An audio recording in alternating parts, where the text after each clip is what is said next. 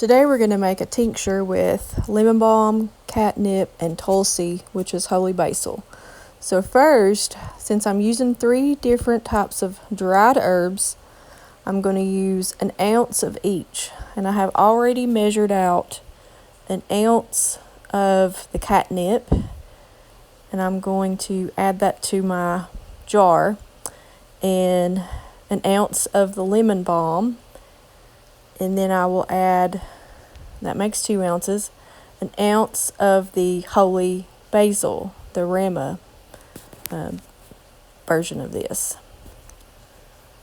So I have that in my jar. There's 3 ounces total. And I'm using a ratio of 1 to 5. When you're using dried herbs, it's 1 ounce of herb to 5 ounces of liquid. And I'm using this Everclear vodka. It's really strong. You can see the top label said you could extract things from it. I had about, this is an 8-ounce cup. I poured that in there, and then I only had about a half of another of this. And then I'm going to mix the rest of it with distilled water, because this vodka is so strong that distilled water is going to help cut down on the taste. Plus, since it's a dried herb, I wanted to add a little bit of extra water to it anyway. If you're using fresh herbs, you would only use about a 1 to 2 ratio. So here's my distilled water that I'm adding. And you'll see I filled up my cup. So that's about 8 ounces. And I'm just going to fill the rest of this quart jar. It's a 32-ounce jar up to the brim. So I want to go all the way up to the top to cover my dried herb completely.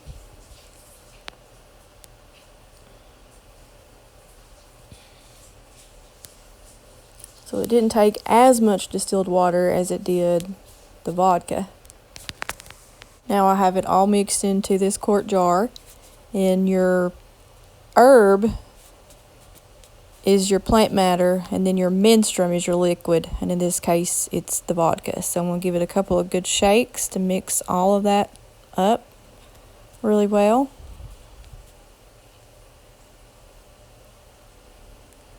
And next I'm going to create a label.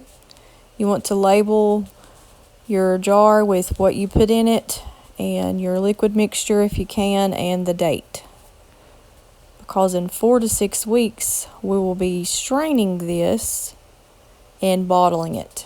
And this makes an herbal type medicine, and I'll explain to you what each of these herbs are for.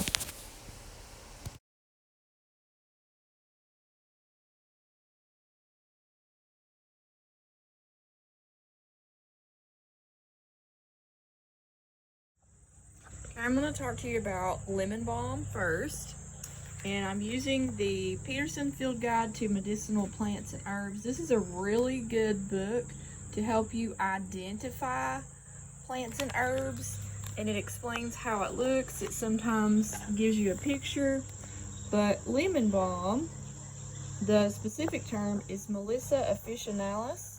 It tells you how it grows, what it looks like, where it grows.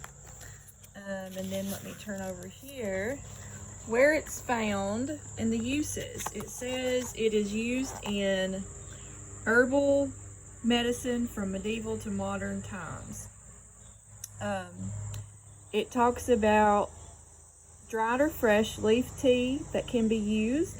It's a folk remedy for fevers, painful menstruation, headaches, colds, insomnia, mild sedative.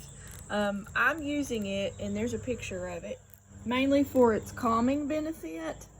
So I'm mixing it with the catnip and the tulsi holy basil. But here, you can take a screenshot of that. I'll just let it sit there for a few seconds. But that explains lemon balm. Okay, now I'm going to talk to you a little bit about catnip. I'm not sure how to pronounce this exactly, but there you go. Nepeta cataria. I'm not sure if I said that right. But anyway, it goes into telling you what it is. It's in the mint family. There's a picture of catnip. You'll notice that it looks a lot similar like the lemon balm, so this will help you identify it. And it's well known for the response it elicits in cats. So most people, when they hear about catnip, they think, oh, that's for my cat. But not necessarily. It's also for people as well. And here it goes into telling you where it's found. You can make tea with it. It's a folk remedy for bronchitis, colds, diarrhea, fevers, chickenpox, colic, headaches, irregular menses. It helps induce sleep, promotes sweating, alleviates restlessness in children. Its leaves are chewed for toothaches. So there's so many different things that this herb or mint can be used for. One more tidbit I want to add. When I was younger, my sister was colicky. She cried a lot. So my mom went to my grandmother's house and got some catnip, and she brought it home. She boiled it, and she let it cool down after she boiled it, and she gave it to my sister to help her stop crying, to help get rid of her colic tendencies. And believe it or not, it actually works. So another reason you might hear of catnip is because people used to give it to their infants years and years ago, and probably still do that today. Okay, the next herb I'm talking to you about is basil, and I'm specifically talking about holy basil. So there's a picture of what basil looks like. It's probably familiar to a lot of people, but this book is Rosemary Gladstar's Medicinal Herbs. I have many books on herbs, and I refer to all of them, and that's a good thing to do, but I'll try to remember to link it down in the description box below. But here we go, holy basil. There's a picture of the holy basil version. You can see how different it looks. And this is pretty much the mother of all herbs. It grows wild again, and it shows you here in the description a little bit of history.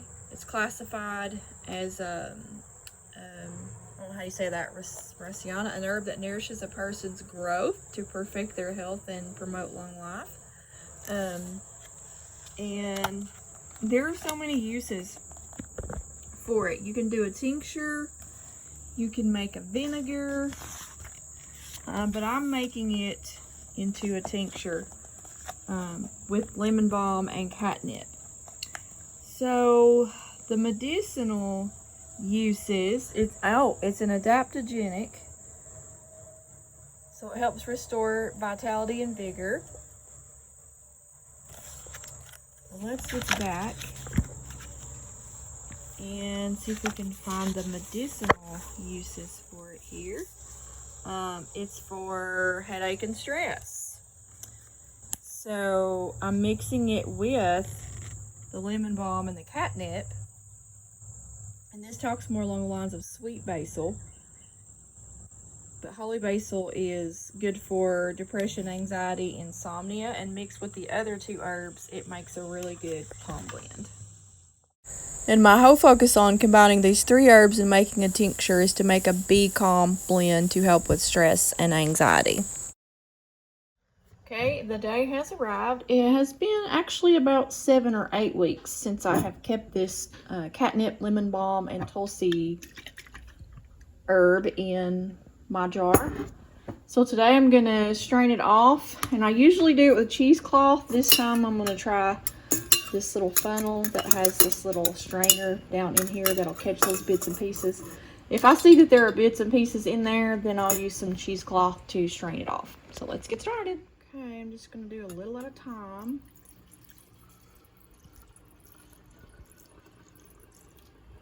Let that go down in there.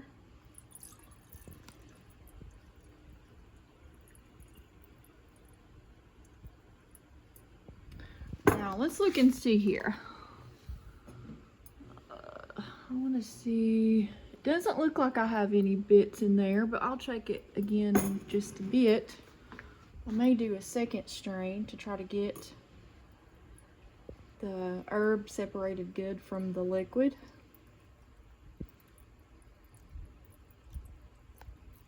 Okay. Now we're getting down to just the slush left. I just want to make sure I get off all of that liquid from the herb.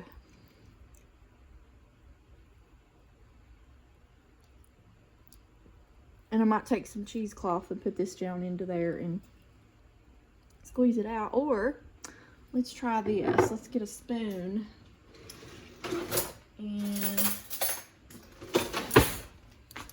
press this down a little. You can do it that way too.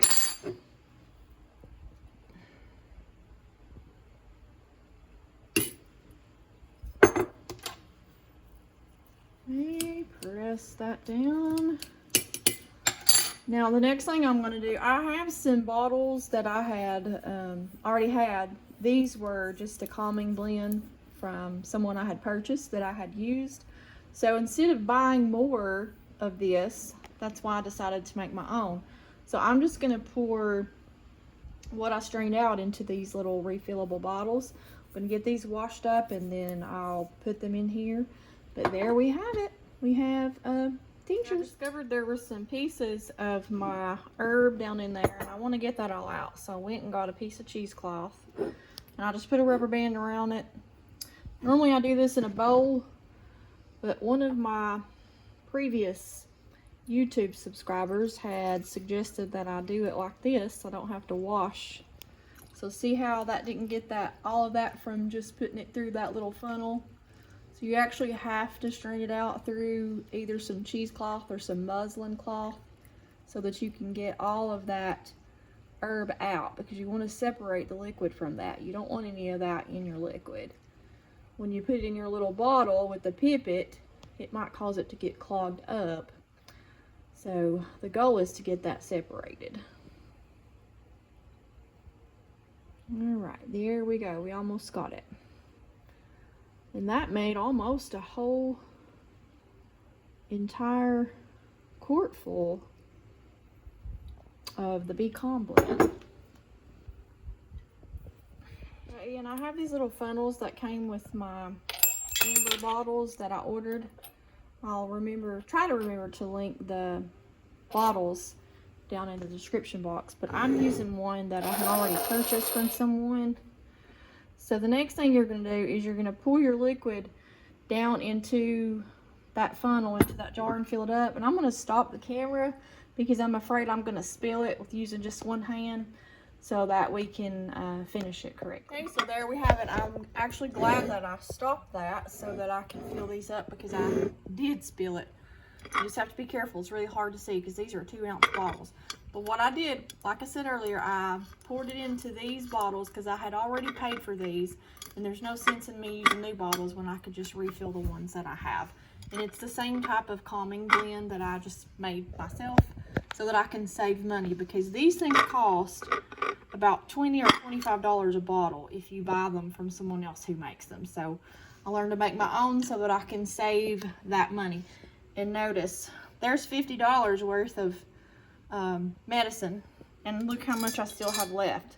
So I could fill several more bottles of these. Hope you guys have enjoyed watching this video on how to make the calming blend tincture, and now you know how to make your own. And I'm gonna go ahead and do the other two that I have. This one is mimosa. These are the mimosa tree blooms. You can see them in there, and I've already got part of it straining. But when I get this one finished, I'm going to strain off my wild lettuce. Now you will go through the same procedure as I did for the Be Calming blend, which is the Tulsi, catnip, and lemon balm. And then you'll bottle this up as you need it as well. And this is going to save you some money when you learn to make your own, because I can tell you it's expensive if you have to buy these from other people who make them. So just learn to make your own, save your money, very easy to do. Do your research. And again, I'm not a professional, a medical professional by any means, but I have taken herbal courses to learn how to do this stuff. Have a great day.